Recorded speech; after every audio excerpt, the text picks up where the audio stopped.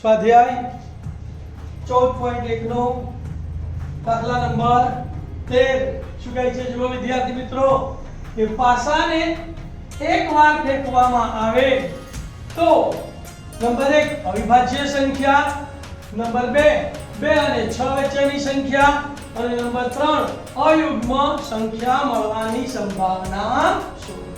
કોઈ પણ પાસાને આપણે એકવાર ફેંકીએ ને તો તમને ખબર છે શું મળે? 1 2 3 4 5 અને 6 મળે તો શું લખીશું બોલો? પાસાને એકવાર ફેંકતા 1 2 3 4 5 અને 6 મળે. તો માટે પ્રયોગના શક્ય કુલ પરિણામોની સંખ્યા કેટલી થઈ? 6. ત્રણ દાખલા ગણવાના છે. પહેલો દાખલો અવિભાજ્ય સંખ્યા મળે તેની સંભાવના. તો પહેલામાં ઘટના એ ધારવાની. ધારો કે ઘટના એ બરાબર લાઈન સર લખવાનું. અવિભાજ્ય સંખ્યા મળે તેની જગ્યાએ છે લખવાનું. અવિભાજ્ય સંખ્યાઓ કઈ ભાઈ? 2 3 અને 5. તો માટે ઘટના એ ઉદ્ભવવાના પરિણામો કેટલા આવશે? 2 3 અને 5. તો હવે પરિણામોની સંખ્યા કેટલી થઈ? 3. તો માટે ઘટના એ ઉદ્ભવવાના પરિણામોની સંખ્યા બરાબર 3. હવે આપણે સૂત્ર લખીશું કે P of A બરાબર ઘટના એ ઉદ્ભવવાના પરિણામોની સંખ્યા છેદમાં પ્રયોગના શક્ય કુલ પરિણામોની સંખ્યા. તો માટે P of A બરાબર કેટલા? 3 છેદમાં 6.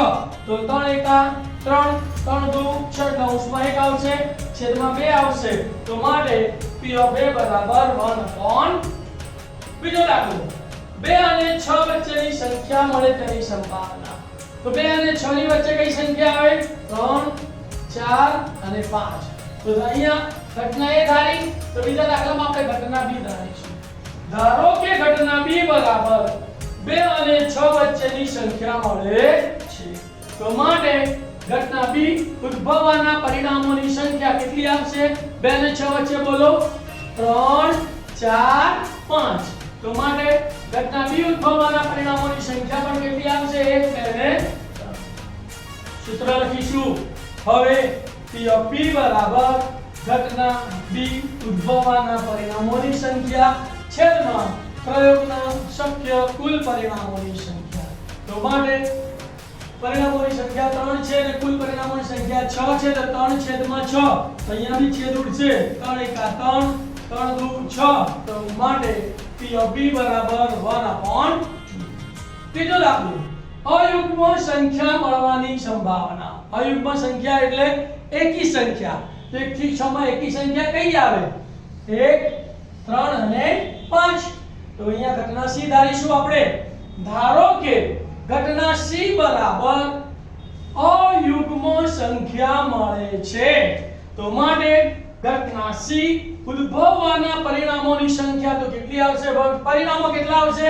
1 3 અને 5. 1 3 અને 5. તો માટે ઘટના C ઉદ્ભવવાના પરિણામોની સંખ્યા કેટલી થશે? 1 2 અને 3. તો અહીંયા પણ 3 જવાબ આવ્યો. હવે સૂત્ર લખીશું. હવે P of C બરાબર ઘટના C ઉદ્ભવવાના પરિણામોની સંખ્યા છેદમાં પ્રયોગના શક્ય કુલ પરિણામોની સંખ્યા. તો બરાબર 3/6 એટલે 3 એકા 3 3 દુ 6. તો માટે P of C બરાબર 1/2. ખ્યાલ આવી ગયો? લખી કાઢો.